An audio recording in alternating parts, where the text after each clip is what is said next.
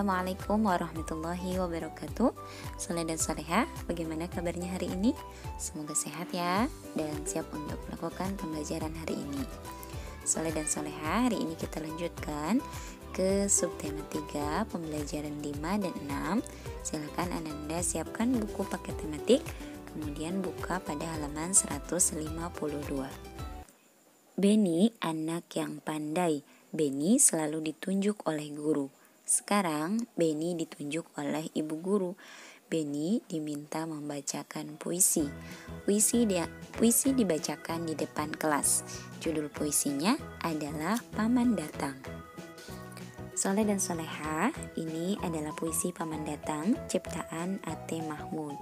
Paman Datang ini adalah sebuah lagu, namun bisa juga kita jadikan sebuah puisi. Silakan Ananda boleh membacanya.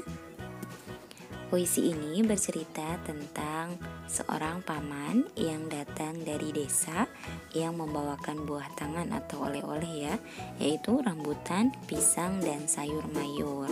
Kemudian paman bercerita nih, dan paman berjanji kepada Beni akan mengajak Beni liburan ke desa. Selanjutnya, Saleh dan Salehah, mari kita belajar tentang kosakata baru dalam puisi dan tulis artinya. Kata yang pertama yaitu kata paman. Nah, di sini lembar paman. Paman itu artinya adalah adik laki-laki dari ayah atau ibu. Selanjutnya, kata yang kedua yaitu sayur mayur. Nah, siapa nih yang suka sayur? Nah, sayur mayur itu artinya daun-daunan seperti sawi, kemudian tumbuh-tumbuhan seperti toge, kemudian polongan seperti kapri dan buncis dan sebagainya yang dapat dimasak. Nah, ada banyak sayur mayur ya, atau biasa kita kenal juga dengan sayur-sayuran. Selanjutnya ada kata ternak.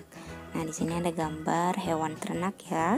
Artinya ternak itu adalah binatang yang bisa kita pelihara, seperti lembu, kuda, kambing, dan sebagainya untuk dibiarkan dengan produksi.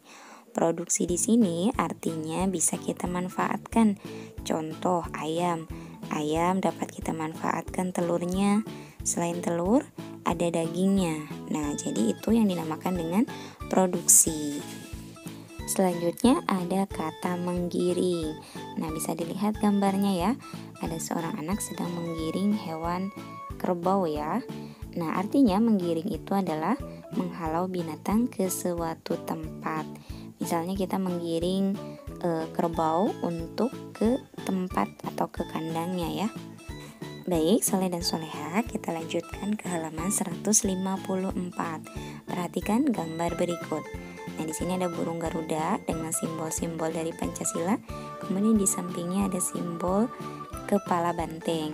Masih ingat simbol kepala banteng ini simbol sila keberapa? Ya, betul, simbol sila keempat. Bagaimana bunyinya? Yaitu kerakyatan yang dipimpin oleh hikmat, kebijaksanaan dalam permusyawaratan perwakilan. Beni dan teman-temannya akan belajar PPKN.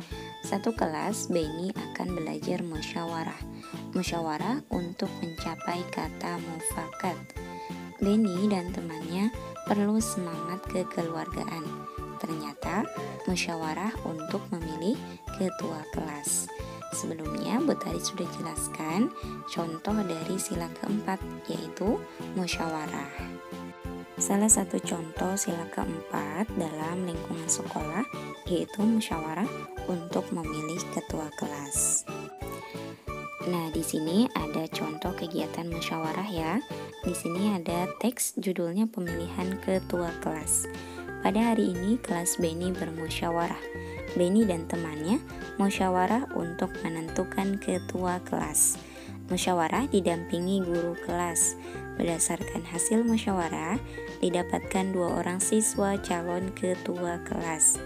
Kedua orang siswa tersebut adalah Udin dan Edo. Selanjutnya, Beni dan temannya memilih ketua dan wakil ketua. Caranya dengan musyawarah lagi. Akhirnya yang terpilih Udin. Udin sebagai ketua kelas. Edo menerima dengan legowo.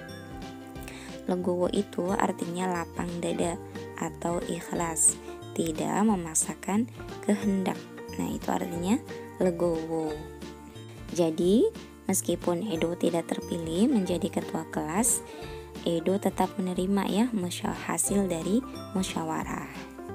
Soleh dan soleha, lanjutkan ya ke pembelajaran 6 yang ada di 160. Silakan dibuka. Beni anak yang rajin. Beni suka membuat puisi. Kali ini Beni menulis puisi. Puisinya berjudul Nyiur Hijau. Pada jam istirahat, puisi tersebut dibaca Beni. Puisinya dibaca di depan teman-temannya. Nah, ini adalah Nyiur Hijau ciptaan dari Ermaladi. Tugasnya untuk kalian, silakan kalian bacakan puisi ini, puisi yang berjudul Nyiur Hijau. Bacakannya silakan kalian video ya, kemudian kirim videonya ke Butari. Selanjutnya, soleh dan soleha, seperti biasa kita akan belajar kosakata ru beserta artinya. Yang pertama ada kata merayu. Merayu itu artinya menyenangkan hati atau menyedapkan hati, menawan seperti hiburan dan sebagainya, dengan cara suara merdu, membujuk atau memikat dengan kata-kata manis dan sebagainya.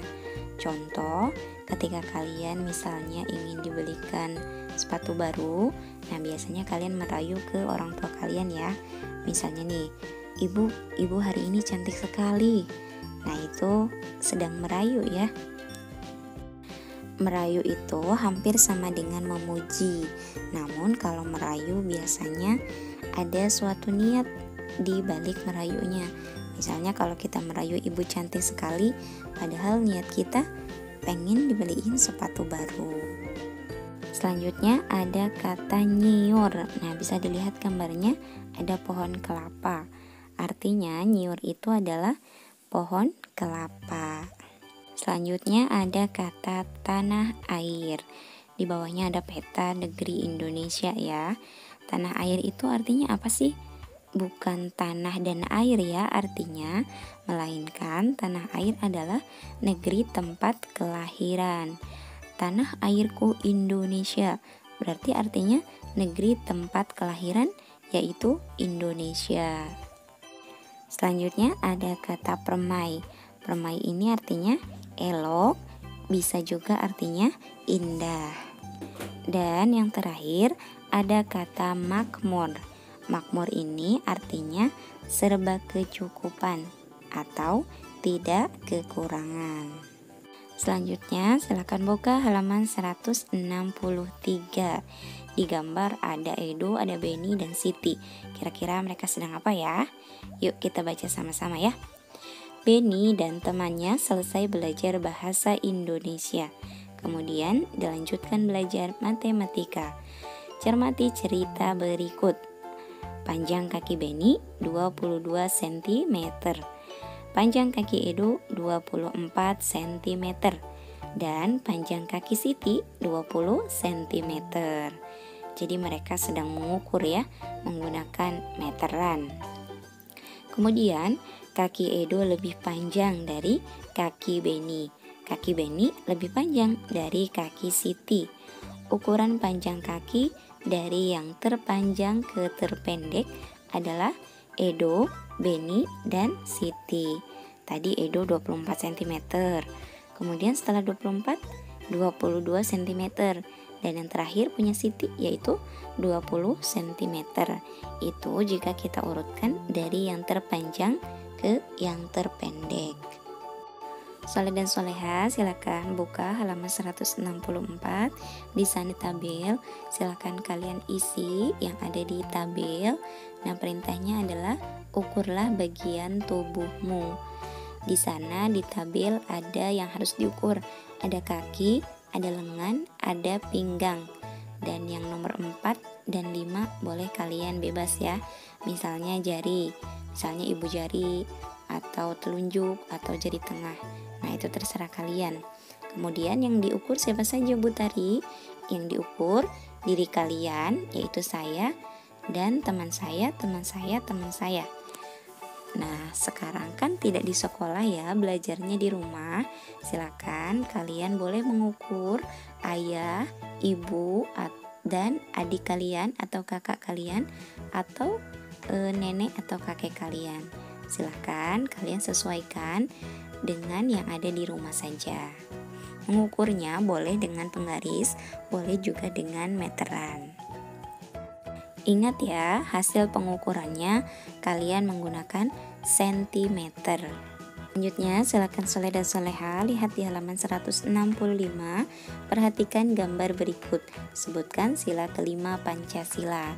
Nah, di sana ada sebuah simbol. Simbolnya yaitu padi dan kapas. Padi dan kapas ini merupakan simbol dari sila kelima Pancasila. Bagaimana bunyinya? Ya, bunyinya adalah keadilan sosial bagi seluruh rakyat Indonesia. Nah, Soleh dan Soleha, silakan kalian baca yang ada di halaman 165. Utari akan bacakan contoh sikap adil. Nah, yang pertama yaitu hormat kepada anggota keluarga. Yang kedua, senang dengan buatan teman, atau kita senang melakukan pujian kepada teman kita. Kemudian yang ketiga, baik kepada semua teman sekelas. Yang keempat, ingin selalu maju bersama teman dan adil kepada semua teman. Dan yang kelima, saling menolong kepada semua orang. Nah, ini adalah contoh yang mencerminkan dari sila kelima Pancasila. Soleh dan Soleha, itu saja untuk pembelajaran tematik hari ini. Semoga materi yang Butari sampaikan dan jelaskan Ananda semua dapat memahaminya ya. Amin ya robbal alamin. Kita tutup pembelajaran hari ini dengan membaca hamdalah dan doa kifaratul majlis. Alhamdulillahirabbil alamin. Subhanakallahumma wa bihamdika asyhadu an la ilaha illa anta astaghfiruka wa atubu ilaik. Untuk tugasnya, yang pertama silakan kalian rekam menggunakan video, yaitu puisi yang berjudul Nyur Hijau yang ada di halaman 160. Kemudian silakan kalian kerjakan halaman 162. Silakan kalian membuat puisi tentang lingkungan atau tentang alam ya. Kemudian yang terakhir, yang ketiga, yaitu silakan kalian isi halaman 164 yang ada di tabel ya. Itu saja. Selamat mengerjakan dan tetap semangat ya. Terima kasih. Wassalamualaikum warahmatullahi wabarakatuh.